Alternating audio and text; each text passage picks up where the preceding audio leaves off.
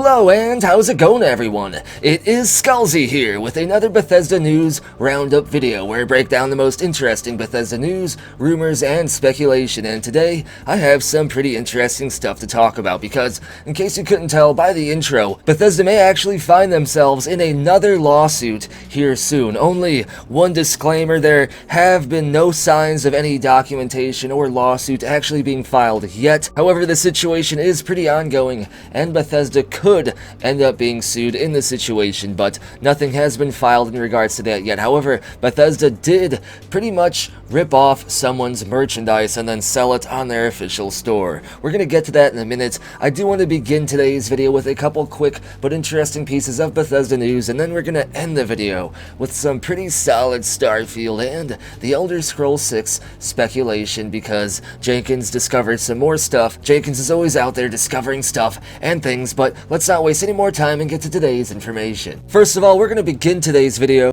Got you that time. You're not going to just smack me in the face again, glasses. But we're going to begin today's... Wow, that joke is so weird for people that have no, context about what it's about. I just realized people probably super confused. But let's continue. First of all, if you've been to the Starfield or the Elder Scrolls VI subreddit lately, or you just happen to keep track of strangely specific passages of time, it has been exactly 1,000 days since the Elder Scrolls VI and Starfield were officially announced or teased back at E3 2018, and that is a long time. That's some ye old ancient times, basically. That's like a whole nother era or something, it feels like at this point. But hey, I believe we're gonna hear about Starfield soon, so the waiting may eventually pay off, as long as the game is as awesome as I believe it can be. Let's just have the hopes. And the next thing is, there has been a new job posting within the last couple days for Bethesda in Rockville, Maryland, which is Bethesda Game Studios' main studio location, and where ZeniMax has a, I believe, headquarters studio as well. As you can see here, this job posting is actually for a QA manager, a quality assurance manager, which is essentially game testing and making sure that the game is ready to be released and has the least amount of those Bethesda bugs as possible. It's good to see a job posting like this. This is a sign that Bethesda is definitely going to up their game testing phase, and hopefully their games will release in a more polished state with a lot less bugs. And one interesting thing about this is you can see that it also mentions that they use external QA testers as well, which is something I kind of talked about in previous videos when I noticed that there were contract-based QA testing positions, meaning Bethesda was hiring temporary game testers outside of the company, which is risky because that's generally where we get the majority of these leaks. So we might get some more leaks for the Elder Scrolls VI and Starfield. However, keep in mind that a lot of content creators have been faking leaks for some reason, which is totally a shame, and it's kind of shady because some of these content creators make it a little bit obvious who they are. I don't want to call them out because I don't want to begin any drama. Like I said, they reached out to me to ask me if I wanted to partake in all this crap, but it's just so cringe. Why are you going to fake leaks for content when, I mean, look, I'm able to find enough stuff to talk about on a daily basis just regarding Bethesda, and you got to go fake leaks and stuff? That's low-key cringe. But either way, let's continue on to what I want to talk about in today's video. The main thing I want to talk about in today's video: activate glasses mode again. And here it is right here. First of all, this was a Reddit post on the Bethesda subreddit, and this was a day ago, and you can see that this post says, "Dear Bethesda, if you're going to steal other people's quote-unquote art," which basically it is art, it's their creation, but I'll continue on. "If you're going to steal other people's art and sell it as your own, well, at least give heads up to the creator, so I could have purchased one at least before they sold out. I understand that I don't own your IP here," and you're going to see what I'm talking about in a second, "but directly using some model made by a fan and not notifying the original creator feels a bit shameful." And basically what happened here is that this person right here created this 3D model, which was uploaded for free on the internet, and mind you, it does use some of the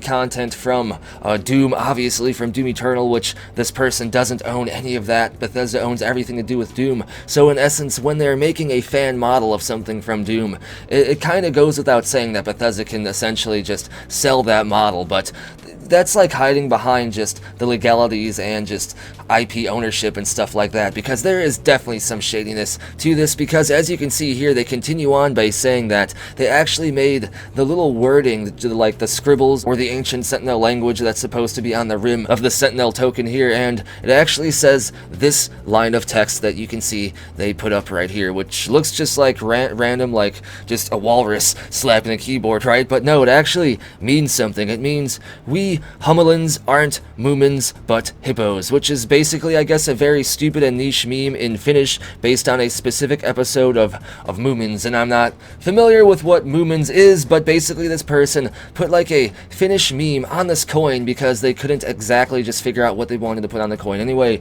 because if you look at the actual coin in the game, it's kind of hard to make out exactly what's on the coins, at least based on this text, but essentially they wanted to put their own kind of flair, their own inside joke on the coin, and that's the evidence that Bethesda actually took this person's design and just basically changed very few minimal things and resold it. And like I said, yes, Bethesda does own Doom Eternal and the actual design in-game of this coin, but they literally took this person's design, changed very small portions of it, and then sold it, and didn't even notify this person at all. At least notify the designer of this, saying, hey, we liked your thing so much, we're going to be using it on our store. Here's a free link for you to get one as a thanks. And while acknowledging that they still own the rights to the IP and the the product, even though it was their design, they even took this person's inside joke on the coin and sold it there as well. That's blatant plagiarism, even if you do own the IP. And as another Redditor says down here, Bethesda misused this asset in violation of both the non-derivatives and the non-commercial causes. If this is correct, you're entitled to both being credited, but also entitled to a portion of the revenue they received as a result of using their work. And this is kind of a gray area,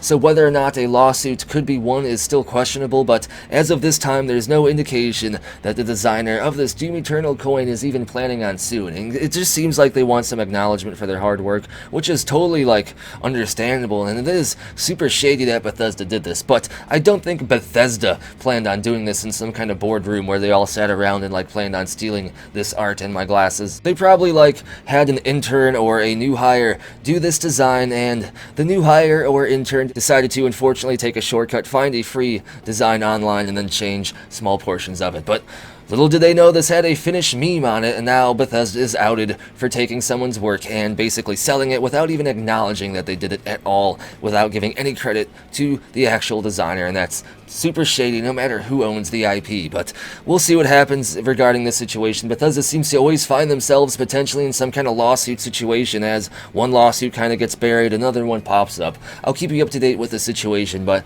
I want to go ahead and finish today's video with a very speculative but interesting discovery by Jenkins. Jenkins discovered recent updates to a Pinterest page by a Bethesda Game Studios artist, and one thing to keep in mind here is Pinterest isn't as professional as ArtStation, so take this with a little bit of a bigger grain of salt, because previous discoveries on Pinterest I've ignored and not talked about. I've ignored and not talked about because Pinterest is just low-key more social than anything, but this particular situation does have direct evidence that this Bethesda Game Studios artist also shared this exact stuff with other people within Bethesda Game Studios as well, and all these different things have a theme here that is obvious space related, and this is what I'm talking about right here. This is the Pinterest page for Heather Serlin, who is a senior artist at Bethesda Game Studios in Rockville, Maryland, working directly with Starfield and The Elder Scrolls 6, and you can see that all of this are actual different works from other artists that Heather has favorited and saved for direct inspiration to the creations of what we could see in Starfield. Because like I showed you in yesterday's video, artists in general actually use creations from other artists not to like directly rip off their stuff, but just as some kind of visual inspiration to help them figure out what the tone for their own creations will be. Bethesda Game Studios has their artists do like little projects and stuff on the side to help get their visual perspectives and stuff aligned with current projects like Starfield. And if you look at all of the stuff that Heather has liked or favorited or set aside for this inspirational purpose, all of it has a very obvious space theme and a very clean space theme, especially when you look into some of the architecture by Rafael Vargas right here, which is cool that ESO Danny and Just Dom didn't get Rafael Vargas fired from Bethesda by claiming that he leaked stuff when he didn't. It's good to see maybe some signs of him still being at Bethesda, because it seems like he does some good work, and if the architecture looks anything like like this stuff in these images, that is super hype. But like I said, take all of this with a grain of salt, because none of this is directly from the actual artists. But like I've shown you in previous videos, artists do use stuff like this and collect pages like this to kind of help inspire them and help them set their own tone for their own projects for what they're working on, such as in this case Starfield. And you can see Heather shared some of these with other developers over at Bethesda Game Studios as well, so it's obvious that they're kind of working together to establish an in-game tone and visual aesthetic. But like I said, big speculation salt. This is Pinterest, not ArtStation, even though I'm showing you Heather's ArtStation profile just so you can know who she is. But that's basically everything I wanted to talk about in today's video. Let me know what you think about all this down in the comments below, and as always, if you enjoyed the content, be sure to give the video a thumbs up, subscribe, and turn notifications on. If you want to help grow the channel and the community, be sure to share the content, share the channel, get people to subscribe, because the YouTube algorithm really doesn't help push content forward that is underneath 100,000 subscribers, so the channel grows kind of slowly. However, since I've been asking you all to share the content, the channel's been growing a lot faster, so huge thank you, it is much appreciated. And speaking of appreciation, huge shout out to these amazing people for going above and beyond to bring you content like this and support the channel. If you want to get a permanent future video shout out in every one of my future videos from this point forward, you can support the channel over on Ko-fi, Patreon, or here on YouTube as an exclusive channel member. Links for all this and more are down in the description below. And as always, thank you for watching. Be sure to tune in next time when Todd Howard didn't attack me with his helicopter in this video, so I didn't have to worry about helicopter audio sounds. Yay!